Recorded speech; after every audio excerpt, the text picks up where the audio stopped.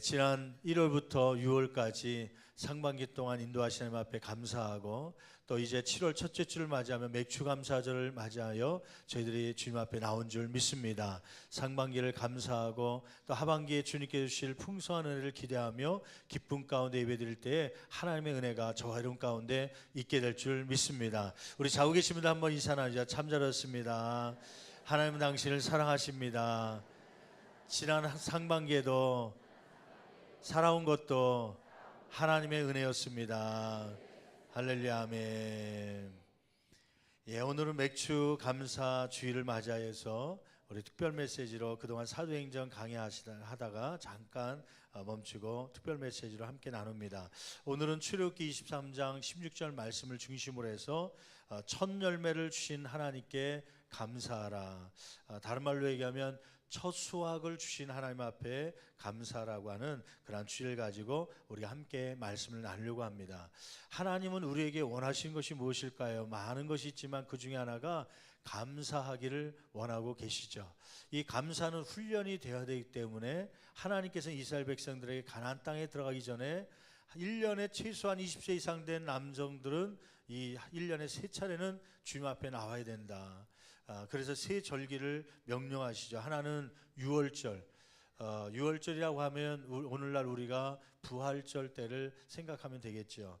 또 하나는 맥주절. 지금 우리가 이렇게 드리고 있는 맥주 감사주를 생각하면 됩니다.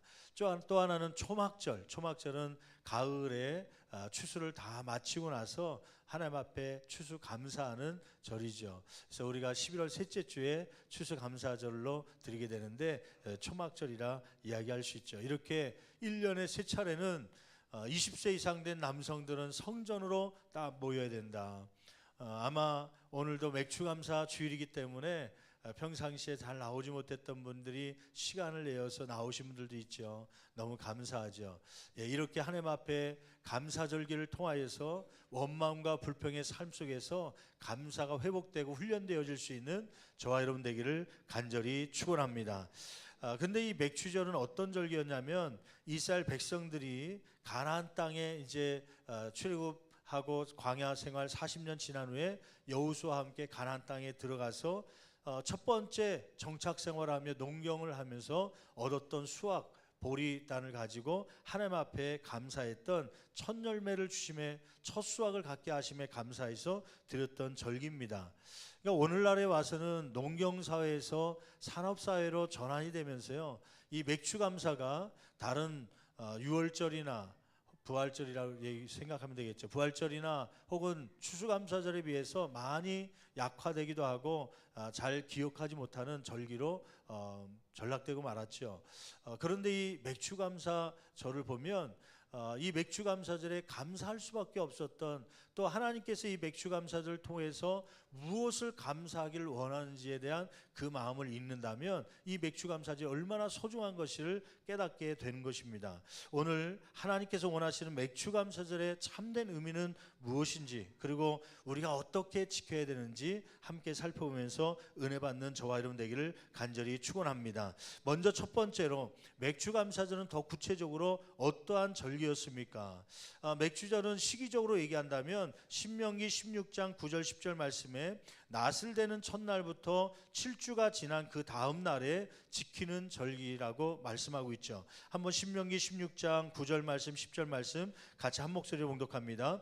7주를 셀지니 곡식에 낫을 대는 첫날부터 7주를 세워. 거기에 곡식에 낫을 대는 날, 보리 첫 단을 낫을 대는 날, 그때가 이제 무교절 혹은 유월절, 부활절 정도 되는 시기인데 이때로부터 몇째 주를 세라는 거예요? 7주를 세라고 하는 것이죠. 그 다음에 10절 말씀 읽어볼까요? 내 하나님 여호와 앞에 77절을 지키다. 거기에 77절이라고 적힌 것은 맥주절을 얘기합니다. 보리를 추수하는 시기라고 해서 맥주절이라고 얘기하기도 하고요. 또 이 무교절로부터 7일이 7번 지났다고 해서 77절이라고 부르기도 합니다. 또 이 77절, 7주가 지난 다음 날 50일째 드리는 이 맥주절이라고 해서 오순절이라고 부르기도 하죠. 그러니까 이 맥추절 처음 보리를 수확한 날이기도 하고 신학시대 와서는 이 오순절날 제자들이 뜨겁게 기도할 때 무엇이 임하죠? 성령이 임했던 그러한 날이기도 하죠. 이 절기는 새로운 땅에서 첫 열매를 주신 하나님께 감사하는 절기입니다. 한번 23장 출애굽기 23장 16절 말씀 같이 한 목소리로 봉독합니다. 맥추절을 지키라. 이는 내가 수고하여 밭에 뿌린 것에 첫 열매를 거둠이니라. 여러분, 가나안 땅에 들어간 백성들은요, 한 번도 농사를 지어보지 않았던 사람들입니다. 그러니까 그 노예 생활 300여 년 동안에 자기 땅에 씨를 뿌린 적도 없었고요. 또 출애굽한 이후에 광야 생활을 지나면서 불순종하자 하나님께서 20세 이상 된 사람들은 광야에서 죽게 하죠. 그러니까 출애굽할 때 20세 이하 된 사람들이 나와서 결국 20세 이상 된 사람은 여호수아 갈렙만이 포함되고 다음 세대가 가나안 땅에 들어갔으니 농경 이 씨를 뿌리고 곡식을 가꾼다는 걸 아는 사람들은 별로 없었던 그런 시대죠. 그러한 이스라엘 백성들이 땅에 씨를 심고 곡식을 처음에 수확을 걷는 그 기쁨과 감격들이 얼마나 컸겠습니까? 여러분, 혹시 농작물을 키워본 적이 있습니까? 저는 이 농작물들을 많이 키워보지 못했어요. 왜냐하면 서울에서 자라왔기 때문에, 그래서 농사를 짓는 거에 대해서는 잘 모릅니다. 근데 미국에 한번 있으면서 그때 이제 잔디밭이 있는데 한번 나도 주변에 보니까 막 한국 사람들이 잔디 대신에 뭐 상추도 심기도 하고 고추도 심기도 하고 거기서 따먹는 거 보면서 나도 한번 그래봐야겠다. 어느 날 새벽기도 마치고 대화를 하는데 식당에서 원로 장로님 한 분이 그런 얘기를 해요. 그 홍상추 씨를 한국에서 공수해와갖고 그걸 뿌렸더니 또 싹이 나서 이파리가 맺었는데 홍상추로 쌈을 싸먹으니까 너무 맛있다고. 미국은 이 홍상추가 많이 나오지 않고 거기는 샐러드용 그 청상추가 나와요. 혹은 이탈리 로메인이라고 하는 그 굵은 상추가 나와갖고 뚝뚝 부러지는 좀 빳빳한 그런 상추지요. 그러니까 이 한국에서 먹었던 홍상추요. 삼겹살을 구우면 상추에다 우리는 싸 먹어야 그게 제맛 아닙니까? 그래서 그 홍상추를 그러면 우리도 심기 원하는데 장로님 그 씨가 좀 남았습니까? 그랬더니 좀 남았다는 거예요. 그래서 그걸 얻어다가 이제 뿌렸지요. 삽을 갖고 와서 삽을 깊게 파갖고 거기다 씨를 뿌리고 흙을 덮어놨습니다. 그리고 아침마다 거기다 물 주기 시작했죠. 분명히 그 봉투에 보니까 씨를 뿌린 다음에 한 3일, 4일, 5일 안에 싹이 나온다고 그랬는데요. 일주일이 지났는데도 아무것도 안 나와요. 2주일 지났는데도 아무것도 안 나오는 거예요. 2주일이 지났으면 이게 분명히 뭐가 나와야 되는데 이 안에서 다 썩었나, 물을 너무 많이 준 건가, 어떻게 된 건가 궁금해갖고 장로님을 또 쫓아갔죠. 장로님, 그때 준 씨앗이 내가 씹었는데 그게 잘 안 나오네요. 그랬더니 그 장로님 그럼 새벽기도 마치고 한번 가보겠습니다. 그래서 오셨어요. 저희 밭을 보더니 이 씨가 진짜 아무것도 안 보이니까, 싹이라도 나와야 되는데 아무것도 안 보이니까 장로님이 저한테 물어봐요. 도대체 어떻게 씨를 뿌렸기 때문에 이렇게 안 나오는 거예요? 그래서 저도요 모르는데 옛날에 실과책에 보았는데 좀 5cm 넘게 이렇게 씹으면 나온다 그래서 삽으로 깊게 파갖고 거기다 넣었다고 그랬죠. 했더니 이 장로님이 큰일 났다는 거예요. 왜냐 했더니 이게 5cm, 3cm, 5cm가 아니라 씨앗의 3배 정도. 이 상추씨는 조그맣기 때문에 그냥 뿌려놓은 다음에 흙으로 이렇게 덮어놓기만 해도 싹이 나온다네요. 근데 그걸 모르고 삽으로 깊게 파야 되는 줄 알고 푹 파갖고 거기다 집어넣었으니 그 깜깜한 땅 속에서 있는 씨앗이 나오겠습니까? 물이 제대로 들어가지도 않고. 장로님 어떻게 해야 될까요? 그랬더니 하나님의 은혜로 기다릴 수밖에 없습니다 그러더라고요. 그 아침 저녁만 되면 혹시 땅 속에 깊은 씨앗에 물이 안 들어갈까 봐요. 물을 흠뻑 주기도 하고 이 수도새도 많이 나오고 이제 3주 정도 됐더니 하늘에서 비가 막 2, 3일 동안 막 쏟아내리더라고요. 그때 내가 느낀 거는 사람이 물을 주는 것보다 하나님께서 하늘에 비를 내리는 게 좋겠다.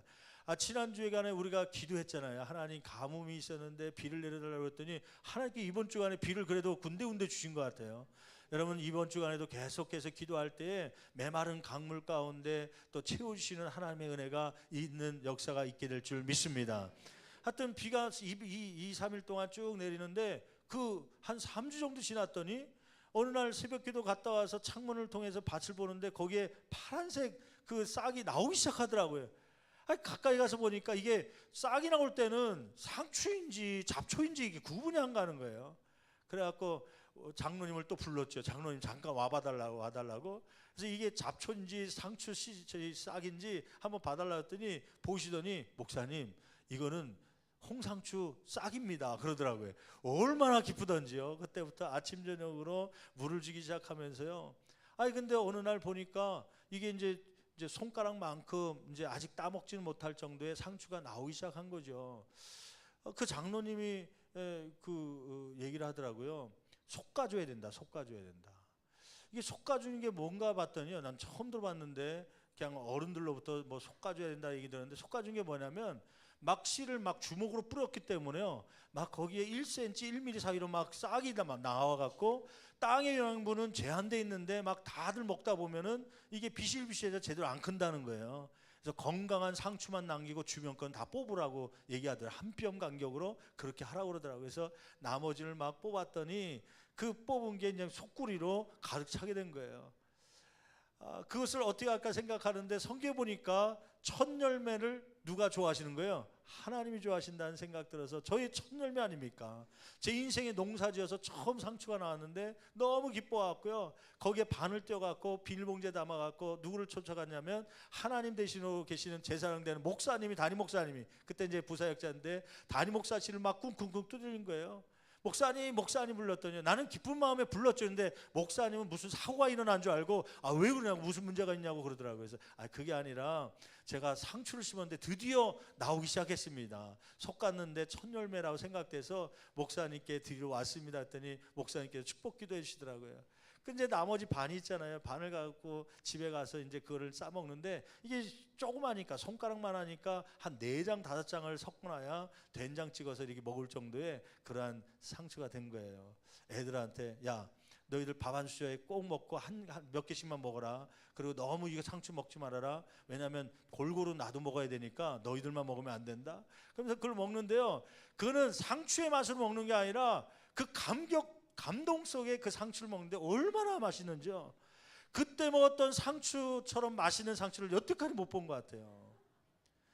여러분 이렇게 농사도 못 짓는 사람이 농사를 지어가면서 첫 번째 나왔던 그 상추 사실은 막 삐쩍 마르고 제대로 생기지 않은 그 상추를 먹으면서도 얼마나 감동과 감격이 되었는지요.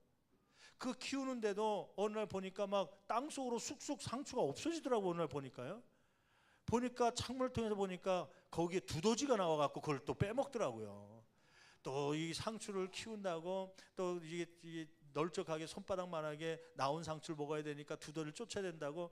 사실은 상추 그거 기르는 값보다 그 가게방에서 사는 게 사실 더 싸겠더라고요. 그럼에도 불구하고 그걸 먹겠다고 그 철물점 가갖고 갔더니 두더지 쫓는 기계가 있더라고요. 주파수를 해갖고 이 두더지들이 5m 전방에 못 오도록 반경에 해갖고 그걸 땅속에 심어놓으면 이게 30초마다 한 번씩 주파수를 내려갖고 이 두더지들이 싫어하는 주파수가 나가니까 접근을 못 한다는 거예요. 3-4개 사갖고 거기다 심어놓고 두더지가 못 오게 해갖고 그 따먹는데요. 얼마나 맛있던지요.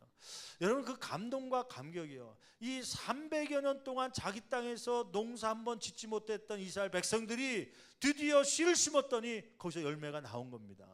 보리를 수확하게 된 것이에요. 이제는 만나가 그치고 땅에 있는 것으로 먹어야 될 그러한 시기에 이 수확을 얻게 되었으니 얼마나 감동적입니까? 땅 속에서 그 싹이 나오고 열매가 나온다는 걸 그들이 알았을까요? 뭐 영상이나 또는 교과서를 통해서 배운 것도 아니고 그냥 믿음을 가지고 심었는데 나왔으니 얼마나 감사한 것이에요. 그 감사한 마음 때문에 이 맥주 감사, 보리를 추수한 후에 하나님 앞에 감사의 예배를 드리고 있는 것이죠. 이게 사실은 이스라엘 백성들의 맥추감사절 절기는 태양력으로 우리가 세고 있는 시기적으로 6월 초입니다. 6월 초. 왜냐하면 이스라엘은 5월 달이 보리 수확하고 6월 수확을 다 끝낸 6월 초에 맥추감사를 하는 것이죠. 그러니까 부활절로부터 오순절이 지난. 그러니까 우리가 지난 6월 초에 성령 강림절이라고 오순절을 기념해서 했는데 사실 그때가 맥추감사절을 겸해서 드리는 절기입니다. 근데 우리나라에 와서는 7월 초로 바뀌었죠. 이유는 뭐냐면 우리나라의 보리 추수 때는 6월 달입니다. 6월 달.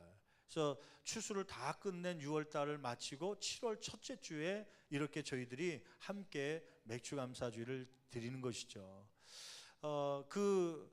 수십 년 전에는 970년, 60년, 50년 이런 우리 한국 교회 복음이 들어와서 초창기에는 이 맥주 감사절이 너무나도 감사한 절기였습니다. 왜냐하면 가을철에 벼를 추수하고 나서 겨울 내내 그 추수한 쌀을 먹지요.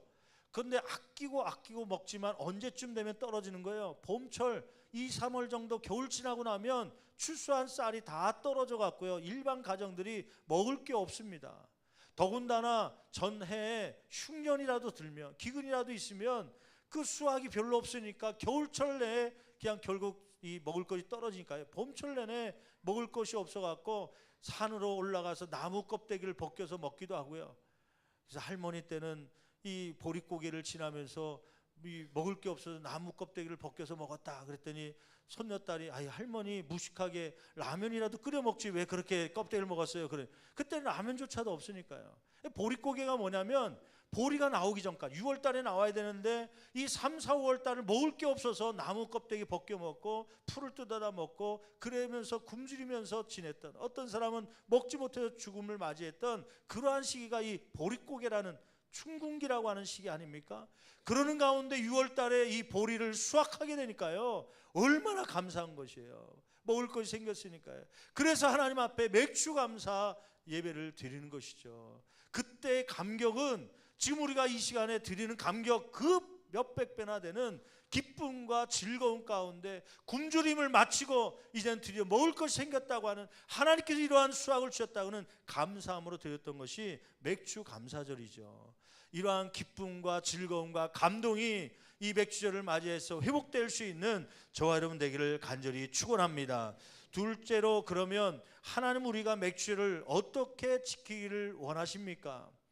물론 성경에 보면 수확을 다 마친 후에 너희들이 이렇게 그 기간에 드리라고 하는 그러한 이 문자적인 그러한 지킴의 방법들이 있겠지만은, 그러나 의미적으로 따질 때 하나님은 어떤 것을 더 원하실까요? 첫째로는 가뭄으로 타들어가는 땅을 바라보며 우리의 수확은 오직 하나님의 도우심으로 가능함을 고백할 수 있는 맥주절이 되기를 간절히 축원합니다. 여러분, 가뭄이라고 그러잖아요. 비가 지난 주간에 군데군데 많이 오기도 했지만은 근데 여전히 이 가뭄의 갈증을 해소하기에는 어렵다고 하는 것입니다. 이번 주에도 비가, 장마비가 좀 많이 와야 빠진 메마른 강물에 채워지게 되고 논둑에 강물이, 이 물들이 들어가야 농사가 잘 되는 것이죠. 이를 위해서 더 기도할 수 있는 저와 여러분 되기를 간절히 축원합니다. 이것을 보면서 우리가 깨닫는 건 뭐예요? 사람이 아무리 물 주고 힘들게 가꾸려고 해도 하나님께서 비 한번 주지 않으면 이 작물도 자랄 수 없구나. 하나님의 도우심이 있어야 되는 것을 깨닫는 저와 여러분 되기를 간절히 축원합니다. 두 번째는 제가 오늘 강조하고 싶은 건데, 이 맥주절에 우리가 회복해야 될 것은 뭐냐면 맥주절을 통하여 처음 가졌던 감사의 마음을 회복해야 됩니다. 이것이 맥주절을 주신 하나님의 궁극적인 목적입니다.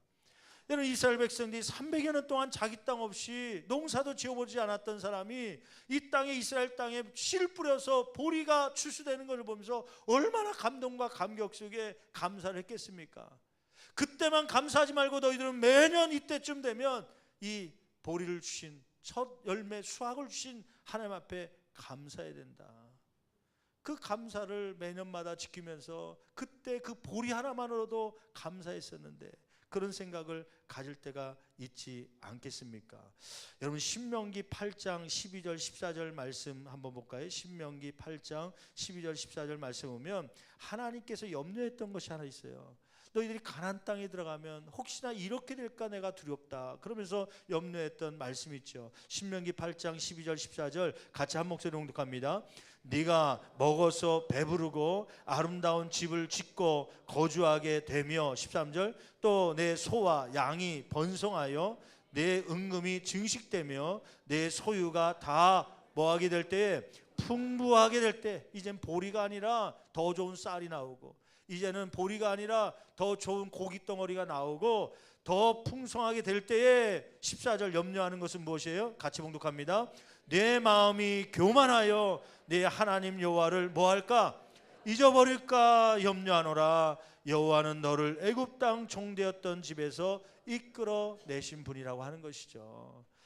너희들이 이 하나님 여호와를 첫 수확을 갖게 하시고 농작물을 자라게 하시고 먹고 마시게 한 그 하나님을 뭐할까 염려한다는 거예요. 잊어버릴까 염려하노라.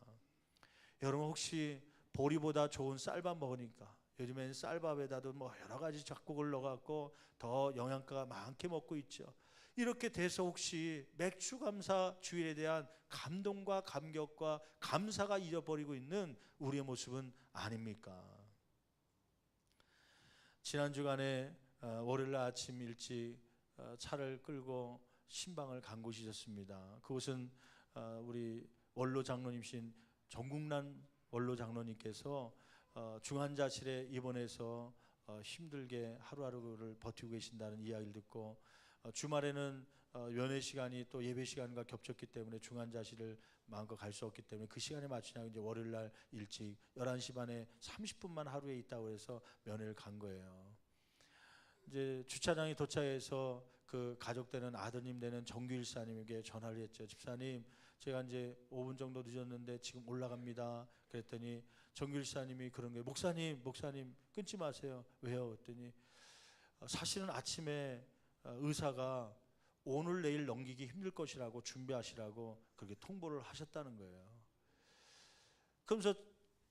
그래서 어떻게 했습니까? 그랬더니 아버지 만나서 이미 얘기를 다 했다는 거예요. 의사가 그렇게 오늘 내일 넘기기 힘들다고 그랬으니까 마지막일지 모른다고. 그랬더니 장로님이 눈물을 흘리셨다는 거예요. 목사님, 얘기가 다 끝났으니까 오셔서 올라오시면 임종 예배를 드려주세요. 원래는 중환자실에서 임종 예배를 드리기가 쉽지 않아요. 기도만 하고 나오게 돼 있는데 마지막이니까. 그래서 간호사와 의사들에게 양해를 구하고 그곳에 들어가서 임종 예배를 드렸습니다. 장로님, 어떤 찬양을 좋아하세요? 그날이 마지막 좋아하는 찬양 부르는 날일지 모르니까 평상시 좋아하는 찬송가가 좀 있었으면 좋겠더라고요. 근데 자녀 가운데 똑같이 그 얘기를 하더라고요. 우리 아버지는 그런 찬양 좋아했어요. 뭐죠? 아침에 뭐라고 그랬죠 제가? 어느 좋은 그날 아침에. 그건 사실은 찬송가가 아니라 복음성가라. 복음성을 준비하고 왔어야 되는데 뭐 찬송가만 갖고 왔으니까 어느 좋은 그날 아침에 난 가리라, 그 찬양을 부를 때면 막 손을 들고 찬양했던 장로님의 모습이 기억나더라. 아, 그래서 그렇게 좋아하셨구나. 그렇게 손 들고 찬양했구나. 근데 이 악보가 없으니까 어떻게 합니까? 우리가 다른 찬양, 나의 갈 길 다 가도록 예수 인도하시니, 지금까지 인도하신 하나님께서 천국까지 인도하실 걸 기대하면서 임종 예배를 드리기 시작했습니다.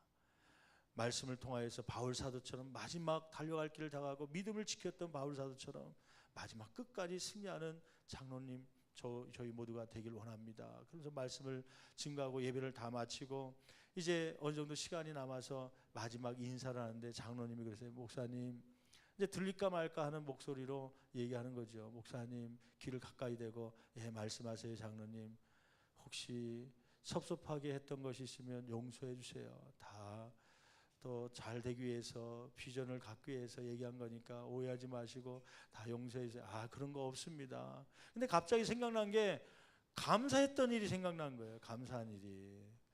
장로님,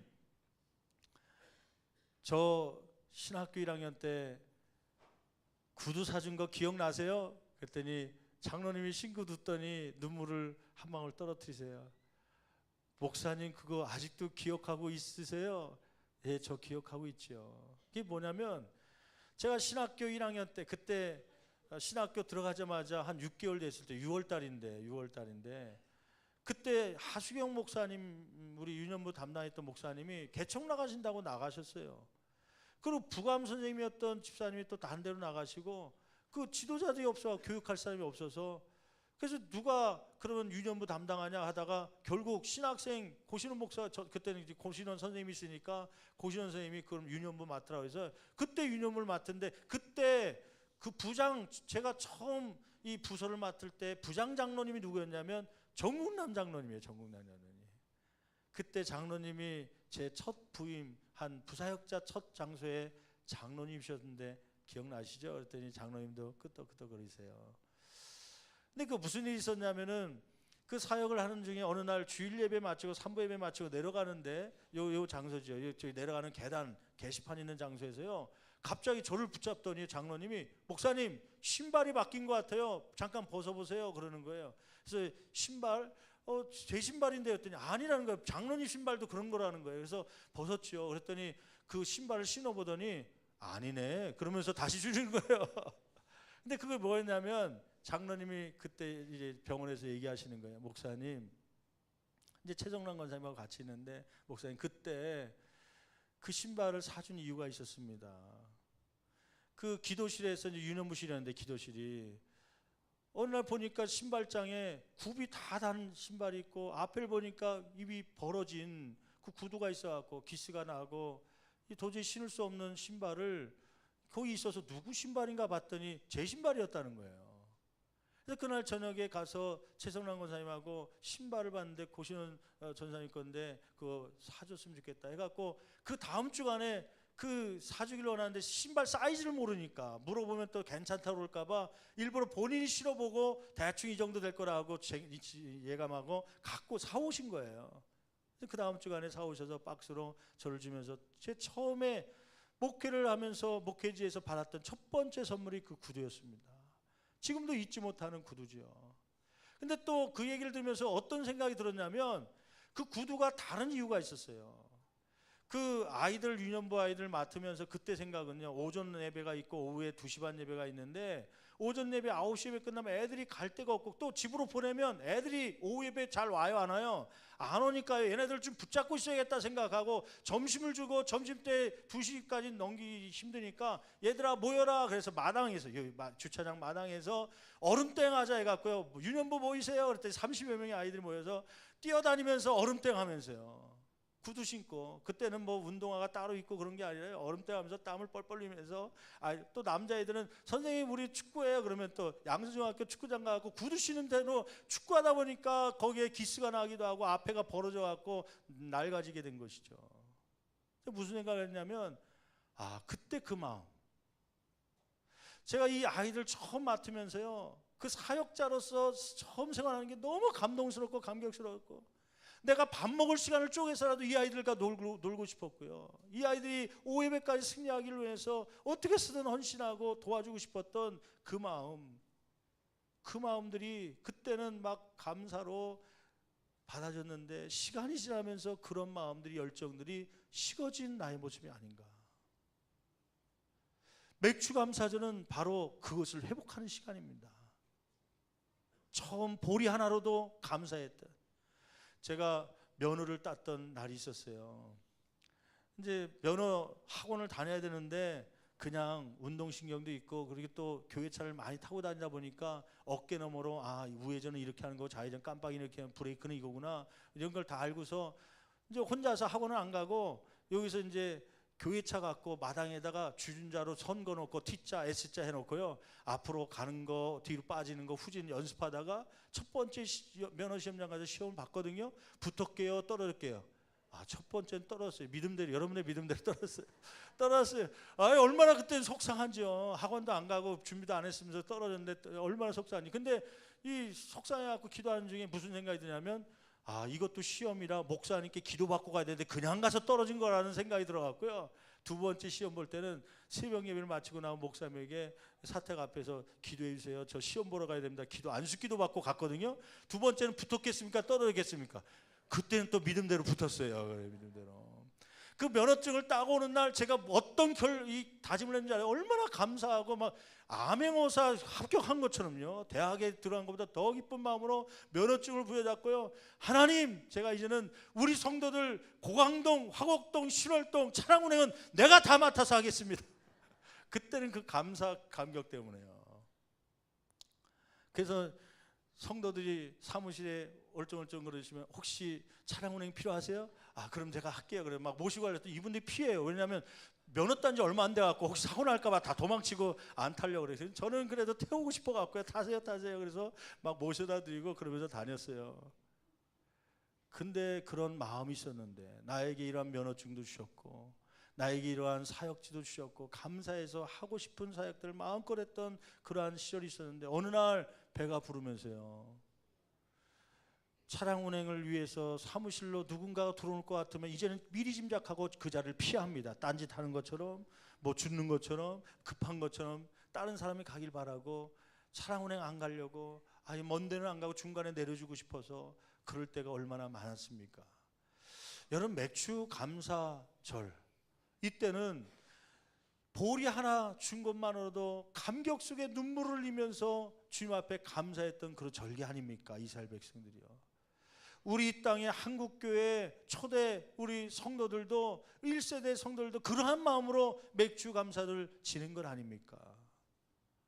먹지 못하던 시절에 보릿고개를 넘어가면서 보리 하나만으로도 감사했던 그 시절이 있었는데, 지금은 고깃덩어리가 나오고 지금은 더 좋은 쌀밥이 나오고 그러다 보니까요, 오히려 이 보리 갖고는 감사하지 못하는, 예전에 감사했던 걸 잃어버리고 있는. 그래서 하나님은 뭐라고 말씀하시냐면, 너희들 가나안 땅에 들어가서 매해마다 이 첫 수확을 준 하나님 앞에 감사, 맥주 감사들을 드려라.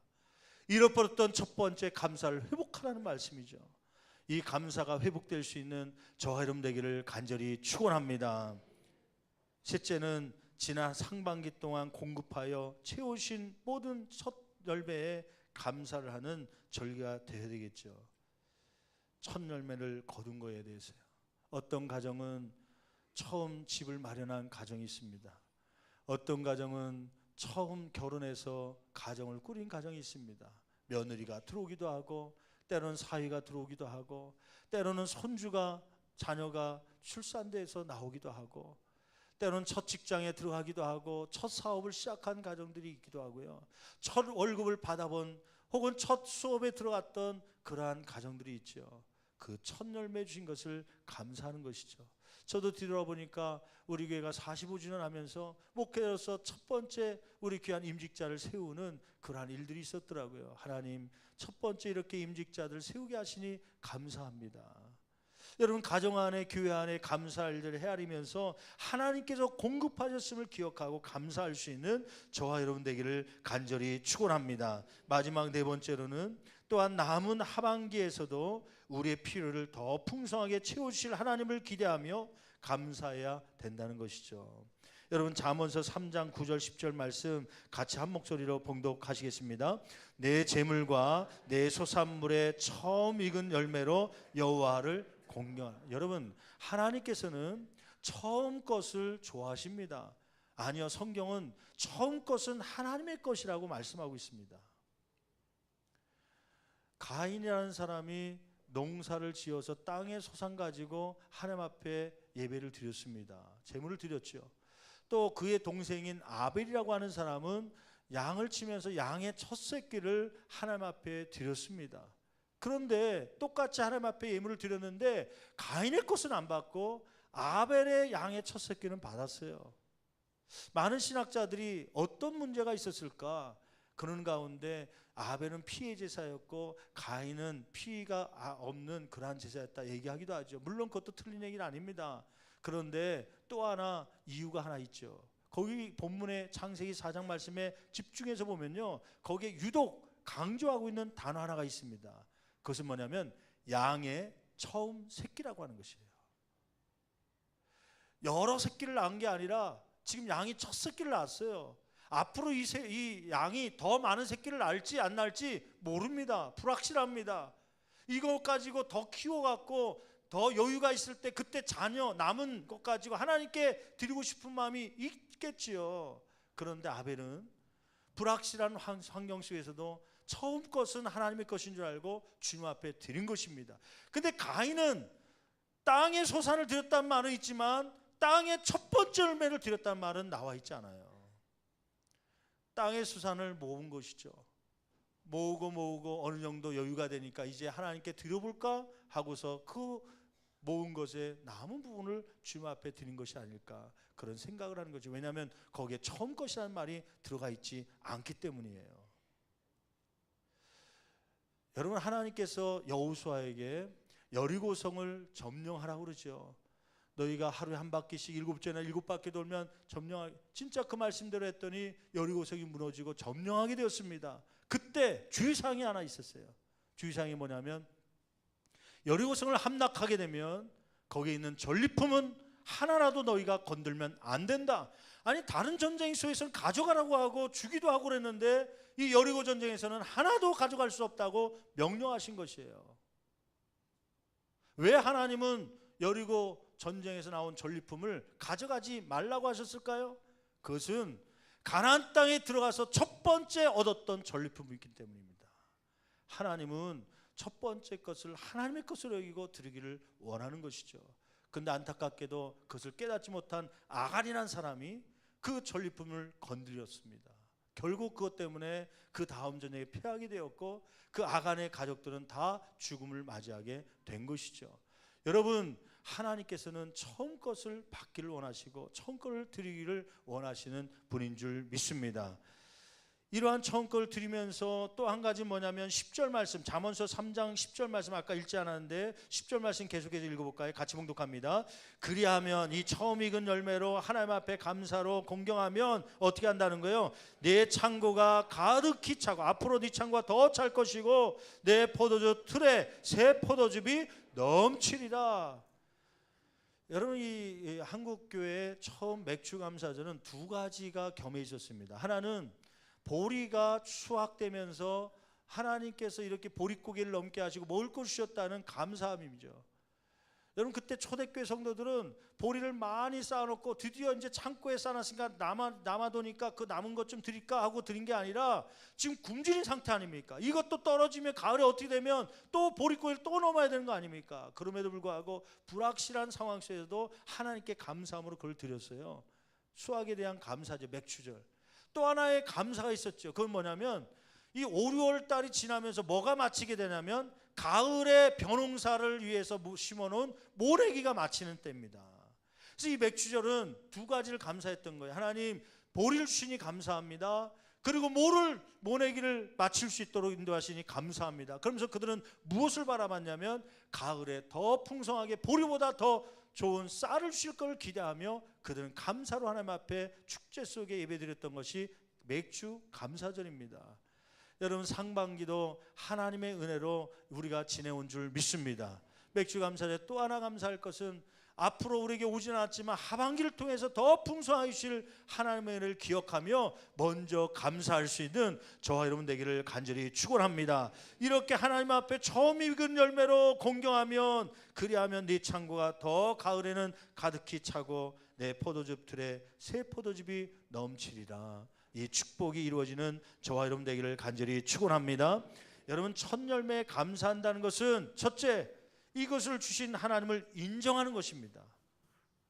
맥주 감사절은 상반기 동안 인도하신 것은 내 능력이 아니라 내 수고로 온 것이 아니라 하나님께서 해주신 것입니다. 그 고백하는 것이죠. 두 번째, 이 첫 열매에 감사한다는 것은 하나님을 우리 인생의 우선순위에 둔다는 것이에요.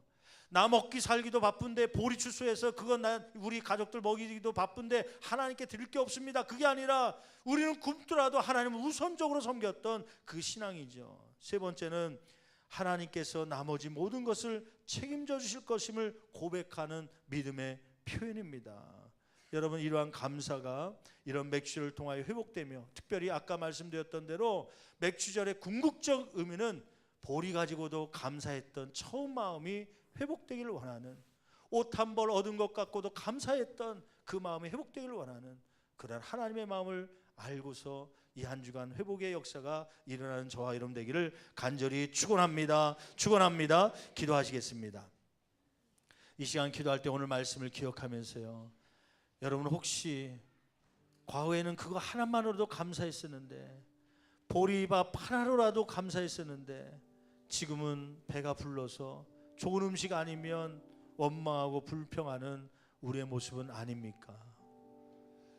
예전엔 직장 하나 들어가서도 아르바이트 하면서도 시간당 벌었던 그 금액까지도 감사했었는데, 저도 마켓에서 일하면서 한 시간에 3불 3,000원 벌면서요, 일주일 열심히 일해보니까 한 10여만 원 벌더라고요. 그 10여만 원을요 너무 감사해서 주급을 받은 것을 첫 번째 열매라고 해서 하나님께 드린 적이 있었습니다. 그때는 그 10여만 원 자체가 일주일 동안 번 그 10여만 원이 얼마나 감사했던지요. 근데 지금은 그것보다도 많은 금액이 왔다 갔다 하면서도 감사할 줄 모르는 우리 신앙이 돼버리지는 않았습니까? 하나님, 이 처음 감사의 마음을 보리 하나로도 감사했던 눈물로 드렸던 예배가 우리 가운데 회복되게 도와달라고 두 손 높이 들고 주여 한 번 힘차게 치며 간절히 기도합니다. 주여